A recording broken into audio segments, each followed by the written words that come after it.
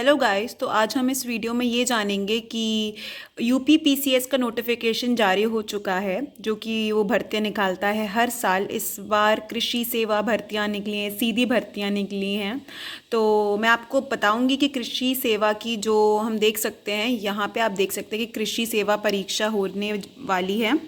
और उसकी जो स्टार्ट डेट जब आपको मतलब फॉर्म भरना कब से निकली है, 29/12/2020 से, और 25/1/2021 मतलब 25 जनवरी तक इसके जो है लास्ट फॉर्म सबमिशन डेट जो है इसकी, सॉरी, 29 है। और आपको फ़ी डिपॉजिशन के लिए आपको 25 तारीख तक आपको भरनी पड़ेगी।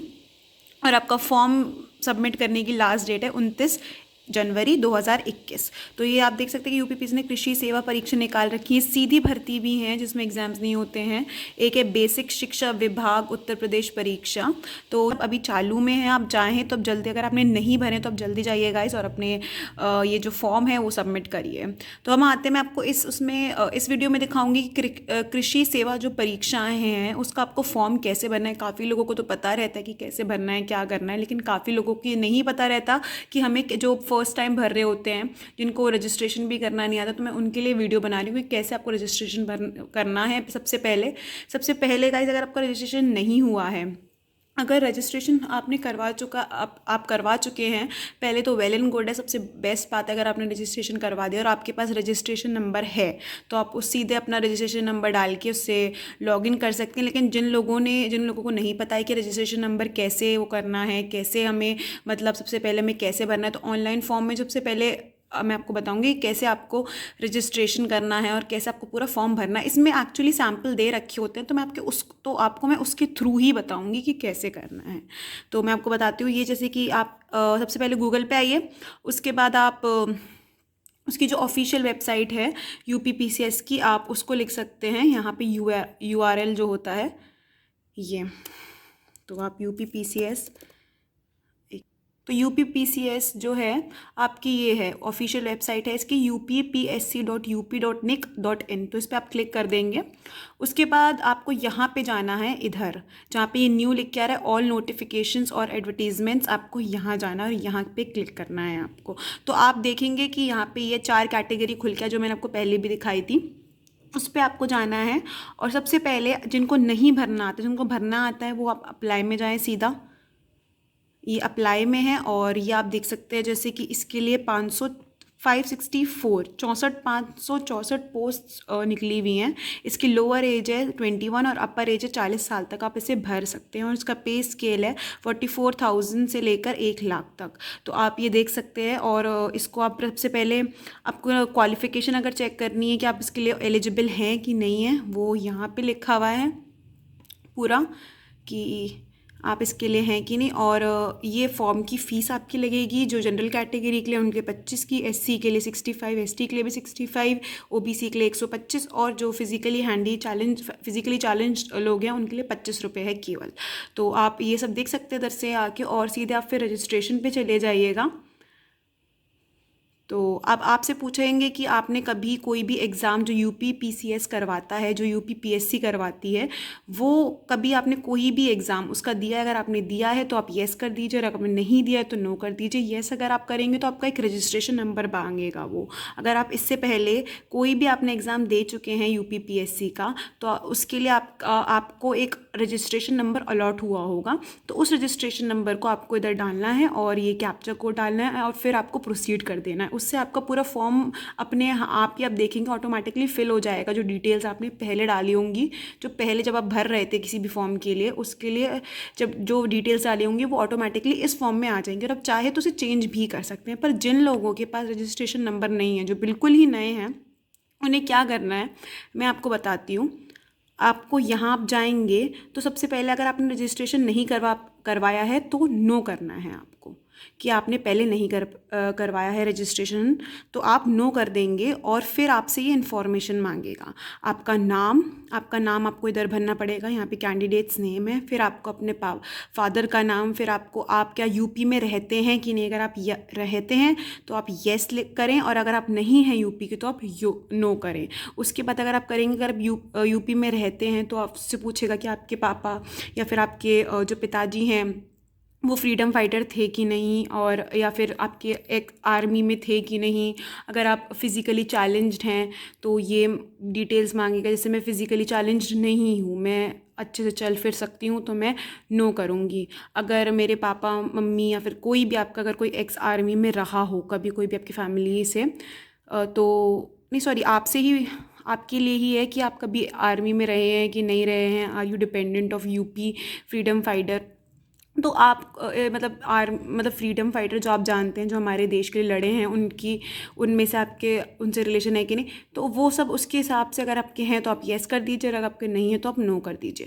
ठीक है। उसके बाद are you state government employ of UP Pradesh? अगर आप मतलब आपने कभी जॉब करी हो स्टेट गवर्नमेंट, मतलब यूपी गवर्नमेंट के अंडर आपने कभी कोई भी जॉब करी हो तो आप येस कर देना, अगर नहीं करी होगी तो आप नो कर देना।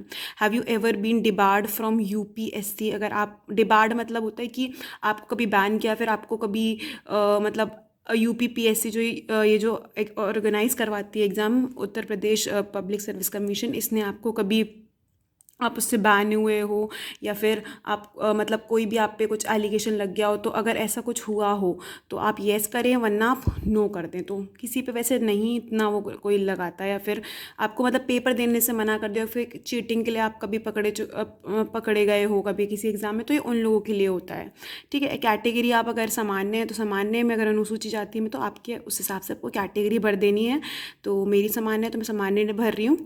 फिर आपको अपना, आप फिर उसके बाद आएगा जो आप ईडब्ल्यू, जो इकोनॉमिकली वीकर सेक्शन के, जो आप बता, जिसकी अगर आप ईडब्ल्यूएस में से तो येस करें, अगर नहीं, आपको, आप नहीं है तो आप नो कर दें सीधे से, और फिर ओके पे ओके क्लिक कर दें। ठीक है। उसके बाद आपको अपना डेट ऑफ बर्थ, जैसे कि आपने सर्टिफिकेट में मेंशन है, वो करना है। उसके बाद आपको अपना आर यू मैरिड और नॉट, अगर आपकी शादी हो गई है तो येस करें, अगर नहीं हो गई है तो नो करें। अपना मोबाइल नंबर, अपनी जो चालू ईमेल आईडी है वो दो, क्योंकि उस पर ही कोड ही आने वाला है। उसके बाद आपसे मांगेगा कि आपका हाई स्कूल बोर्ड नेम क्या था। तो अगर आप उत्तर प्रदेश से आपने करा हो तो आप उत्तर प्रदेश का वो डालें, अगर आपने सीबीएसई से हो तो सीबीएसई, आईसीएसई से हो तो आईसीएसई, जो भी आपने जिस भी यूपी बोर्ड से करा है, अगर 10th तो यूपी बोर्ड डालें। तो जो भी बोर्ड से करा है, आपको ईयर ऑफ पासिंग आपको बतानी, कौन से ईयर में आपने 10th पास किया था, रोल नंबर बताना है, क्या रोल नंबर था 10th में आपका। उसके बाद इंटरमीडिएट 12th का बताना है आपको। उसके बाद अगर आपने किया है तो टिक करिए, अगर नहीं किया है तो मत करिए। उसके बाद कौन से बोर्ड से करा था, आईसीएसई, सीबीएसई, अपने आप डाल दीजिए। यूपी बोर्ड से कौन से ईयर में पास किया था और उसका रोल नंबर डालना है। ठीक है। ये तो इससे अगर आप फिर है आपका, ये सब ऑप्शनल है, कोई भरने की आपको ज़रूरत नहीं। अगर चाहें तो आप भर सकते हैं, नहीं चाहें तो आप नहीं भर सकते हैं। तो आप जैसे देख सकते हैं कि जैसे आपने असेंशियल क्वालिफिकेशन डिटेल्स, जो ये वाला सेक्शन है, इसमें आपसे, अगर आप एग्रीकल्चर से हैं तो उसके बारे में कुछ क्वेश्चन, मैं नहीं हूँ तो मैं ऐसी ये वीडियो बना रही हूँ ताकि आप लोगों को पता चले। अगर आप इसमें से कुछ भी, यहाँ पे हिंदी में भी लिखा हुआ है और यहाँ पे इंग्लिश, हिंदी में भी लिखा हुआ है कि आप कृषि सेवा या फिर इससे हैं कि नहीं। ऑप्शनल है, भले आप चाहें तो भरें, ना चाहें तो ना भरें। अगर आप हैं तो येस करिए, अगर आप नहीं हैं तो आप नो कर दीजिए उसे। उसके बाद आपको ये कैप्चर जैसे कि देख रखिए आपको डालना है। उसके बाद वैलिडेट और प्रीव्यू करके आप पे जो ये ग्रीन वाला जो आपको बटन दिख रहा है, आपको वो कर देना है। उसके बाद हम नीचे आएंगे। जब आपका रजिस्ट्रेशन फॉर्म पूरा भर जाएगा, फिल हो जाएगा, तो आपका रजिस्ट्रेशन फॉर्म ऐसा कुछ दिखेगा। ये देखिए, ये कैंडिडेट्स नेम, जैसे कैंडिडेट नेम मैंने ABC डाला तो ऐसा लिखेगा। Are you domicile of UP, आप यूपी में रहते हैं, येस। डेट ऑफ बर्थ, तो आपकी सारी पूरी जो आपने इन्फॉर्मेशन डाली थी फॉर्म में, वो सब आ जाएगी इधर। ठीक है। उसके बाद ये सब पूरा आपका फॉर्म आ गया। उसके बाद आपसे लास्ट बार पूछा जाएगा सबमिट एप्लीकेशन। तो आप सबमिट कर, अगर आपने बिल्कुल सारी आपकी डिटेल्स आप चेक कर लीजिए, क्योंकि आगे भी काम आएंगी डिटेल्स आपकी। अगर ठीक है, अगर आपसे दोबारा आपको एक बार चेक करना है तो आप बैक, जैसे ये बैक का ऑप्शन आ रहा है इधर, आपको ये इधर बैक का ऑप्शन आ रहा है, आपको बैक जाना है। अगर आपको पूरा अगर आप श्योर हैं कि ठीक है, आपका पूरी जो डिटेल्स हैं वो ढंग से भर गई हैं, तो फिर आप सबमिट एप्लीकेशन पे क्लिक करके आगे बढ़ जाइए। तो आपका रजिस्ट्रेशन जो होगा कंप्लीट हो जाएगा। उसके बाद आप पे कुछ इस तरीके का मैसेज आ जाएगा, congratulations you have been registered successfully. ये सब आपकी ये रजिस्ट्रेशन नंबर आपको एक नया अलॉट हो जाएगा और ये सारी बाकी की डिटेल्स आपकी सामने आ जाएंगी।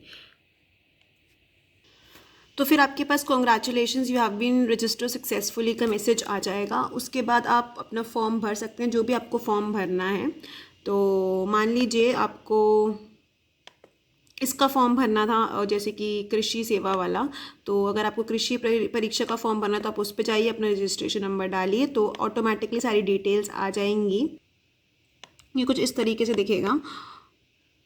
उसके बाद फिर ये जिस भी आप फॉर्म के लिए भर रहे हैं, जैसे कि आपने उसके लिए भरा है, आपको बस अपना रजिस्ट्रेशन नंबर डालना है। उसके बाद फॉर्म अपने आप आधे से तो फिल हो जाएगा। जो भी आपने डिटेल्स डाली हैं रजिस्ट्रेशन, वो ऑटोमेटिकली आपके फॉर्म में भर जाएंगी।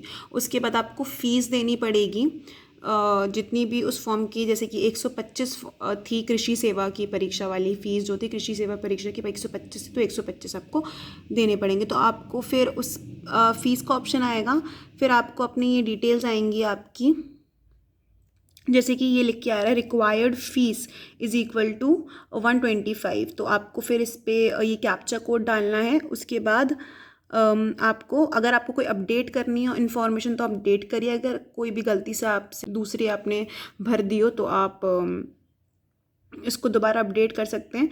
अदरवाइज़ ऑप्शन है अपडेट का, अगर आपको अपडेट करनी है तो आप इसको अपडेट करिए, अदरवाइज़ आप इसे क्लोज़ कर दीजिए। ठीक है, उसके बाद आप क्लोज़ कर देंगे तो फिर ये पर्सनल डिटेल्स आ जाएंगी आपके। यहाँ पे मतलब पेमेंट का ऑप्शन आता है बेसिकली, तो आप यहाँ पे क्लिक हियर टू पे, यहाँ जो ग्रीन वाला दिख रहा है यहाँ पे आप इससे अपनी फ़ीस डिपॉजिट कर सकते हैं। ये इस ऑप्शन को क्लिक करिए, तो आपके पास जैसे ही आप ये क्लिक करेंगे तो आपका ये खुल के आ जाएगा। इधर यहाँ पे आपको अपना रजिस्ट्रेशन नंबर जो आपको अभी मिला था, आपको अपनी डेट ऑफ बर्थ डालनी पड़ेगी और आपको ये कैप्चा कोड डालना पड़ेगा और click here to proceed the payment, ये ग्रीन वाले बटन पे आपको क्लिक कर देना है। उसके बाद ये खुल के आ जाएगा आपके पास एक पैनल सा। उसके फिर पेमेंट के लिए आप पेमेंट, ये नेट बैंकिंग का एग्जांपल दे रखा है, आप डेबिट कार्ड से, ऑफिस चालान, जो ये सारे ऑप्शंस हैं आप किसी से भी कर सकते हैं। अगर आपकी SBI है तो ठीक है, अगर अदर बैंक से कोई भी बैंक है तो यहाँ पे आपको क्लिक करना है। उसके बाद फिर आप उससे पेमेंट कर सकते हैं। पेमेंट करने के बाद आपके पास कुछ ये ऐसा कुछ खुल के आ जाएगा। फिर आपसे वो आपका रजिस्ट्रेशन नंबर मांगेगा, फिर आपको ये ग्रीन जो प्रोसीड जहाँ पे लिखा हुआ है आपको वो क्लिक करना है। उसके बाद आपसे फिर रजिस्ट्रेशन नंबर आपको मांगेगा, आपसे फिल करिए उसे, प्रोसीड, अपनी डेट ऑफ बर्थ, सॉरी आपको फिर अपनी ट्रांजैक्शन ID और ट्रांजैक्शन डेट डालनी पड़ेगी। ये जब आप फ़ीस फिल कर देंगे, यहाँ पे आप जैसे कि फ़ीस फिल कर देंगे जैसे, तो आपके पास एक ट्रांजैक्शन ID जो कि इम्पॉर्टेंट होती है, आप उसको अपने पास रखिए। फिर वो आपसे submit detail application form and payment details, फिर आपसे आपकी डिटेल्स मांगेगा, जैसे कि जो आपने सबमिट कर दी है फ़ीस 125। उसके बाद आपको एक ट्रांजैक्शन ID मिल जाएगी, डेबिट कार्ड से आपके पैसे कट गए तो आपको ट्रांजैक्शन ID मिल जाएगी। उसके बाद वो आपसे वो ट्रांजैक्शन ID मांगेगा, आपका रजिस्ट्रेशन नंबर मांगेगा, आपकी ट्रांजैक्शन ID मांगेगा और ट्रांजैक्शन डेट, जैसे कि ट्रांजैक्शन डेट आज कटे हैं आपने, आज जो भी तारीख है, आज जैसे कि 9 जनवरी है तो 9 जनवरी को, अगर 10 जनवरी को डालें 10 जनवरी को आपको डेट डालनी पड़ेगी। तो जिस भी डेट में आपने पैसे डाले हैं, पैसे कटवाए हैं, ट्रांजैक्ट हुए हैं आपके पैसे, तो वही ID और वही डेट आपको डालनी पड़ेगी और फिर आपको सबमिट पे क्लिक करना है। तो ये आपका फिर आपको डिटेल्स मिल जाएंगी, ये डिटेल्स आ जाएंगी आपकी ब्रांड, ये रजिस्ट्रेशन नंबर, आपकी ट्रांजैक्शन ID। उसके बाद आपको अपनी फ़ोटो और सिग्नेचर आपको अपलोड करना है। तो फ़ोटो सिग्नेचर ऐसा नहीं है कि लोग सोचते हैं कि हम सिर्फ लैपटॉप से ही कर सकते हैं आप अपलोड, आप फ़ोन से भी कर सकते हैं, बस साइज़ आप ध्यान रखिएगा। जैसे जो साइज़ दे रखा है, जैसे कि 20 KB दे रखा है या 50 KB, अगर आपकी फ़ोटो बड़ी भी है तब भी वो कंप्रेस हो जाती है। आप ऑनलाइन जाइए अपने फ़ोन से या लैपटॉप से और कंप्रेसर करिए फ़ोटो कंप्रेसर, तो फ़ोटो कंप्रेस हो जाएगी। उसके बाद फिर आप अपलोड फ़ोटो एंड सिग्नेचर अपना करिए। फिर फ़ोटो इतना ध्यान रखिएगा, जैसे आपकी फ़ोटो तो फ़ोटो के नीचे ही आपका सिग्नेचर, जैसे कि इसमें दिखा रखा है, जैसे फ़ोटो है तो सिग्नेचर जो है उसके नीचे ही होना है। जहाँ पे सिग्नेचर लिखा हुआ है वहाँ पे आपके साइन होंगे, जहाँ पे ये बना हुआ है वहाँ पे आपका फ़ोटो होगी खुद की। जितना साइज़ मांगा है उतना फिर आपको अपलोड फ़ोटो एंड सिग्नेचर पे क्लिक करना है। जैसे ही आपका अपलोड होती है फ़ोटो तो वो ऐसा दिखेगा कुछ, proceed and final submit of the application form. इसके बाद जैसे ही आप इसको क्लिक कर देंगे तो आपका फाइनल सबमिशन हो जाएगा फॉर्म का। फिर आपको यहाँ पे क्लिक करना पड़ेगा, यहाँ पे आपको टिक बन के आ जाएगा declare that I have read all the user instructions and detail advertisement. आपने पूरे इंस्ट्रक्शंस पढ़ लिए हैं और ये आपको एक लास्ट में क्वेश्चन पूछते हैं और उसके बाद आपको इस पर क्लिक करके आपका फाइनल सबमिट हो जाएगा फॉर्म। उसके बाद आपको डिटेल्स आ जाएंगी ये सारी आपके फॉर्म की, जो जो आपने भरी हैं। जब फाइनल सबमिट आप करेंगे ये सारी आपकी डिटेल्स आ जाएंगी और आपका फाइनली जो है सबमिट हो जाएगा फॉर्म। ये आपके पास ये नोटिफिकेशन आ जाएगा, ये आ जाएगा आपके बार पे, और application has been submitted successfully, please take a print out of this application slip for the future reference. तो इसी के आप प्लीज़ अपनी एप्लीकेशन आईडी और रजिस्ट्रेशन नंबर ये सब संभाल के, ये स्लिप आप या तो आप सेव कर लीजिए कहीं या फिर आप इसको प्रिंट आउट और संभाल के रखिए, क्योंकि जब एडमिट कार्ड आएंगे तब आपको इसकी ज़रूरत पड़ेगी आपका अपना एडमिट कार्ड डाउनलोड करने के लिए।